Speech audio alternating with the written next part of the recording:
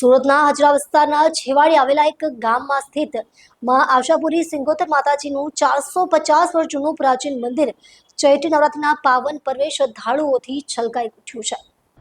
નવરાત્રિના આઠમના શુભ દિવસે માતાજીના દર્શન કરવા માટે ભક્તો દૂર દૂરથી ઉમટી પડ્યા છે। વહેલી સવારથી જ મંદિર ખાતે માતાજીના દર્શનાર્થીઓની લાંબી કતારો જોવા મળી હતી।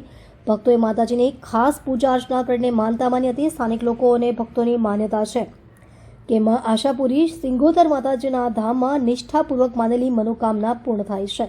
માતાની આ શક્તિને કારણે જ દર વર્ષે અહીં ભક્તોની ભારે ભીડ જોવા મળે છે। ભક્તો માને છે કે હજીરામાં મંદિરમાં માતાજી સાક્ષાત બિરાજમાન છે, જ્યાં માતાની આરાધનાથી જીવનની મુશ્કેલીઓ દૂર થાય છે। મંદિર સમિતિ દ્વારા ભક્તોની સુવિધા માટે વ્યવસ્થા કરવામાં આવી છે।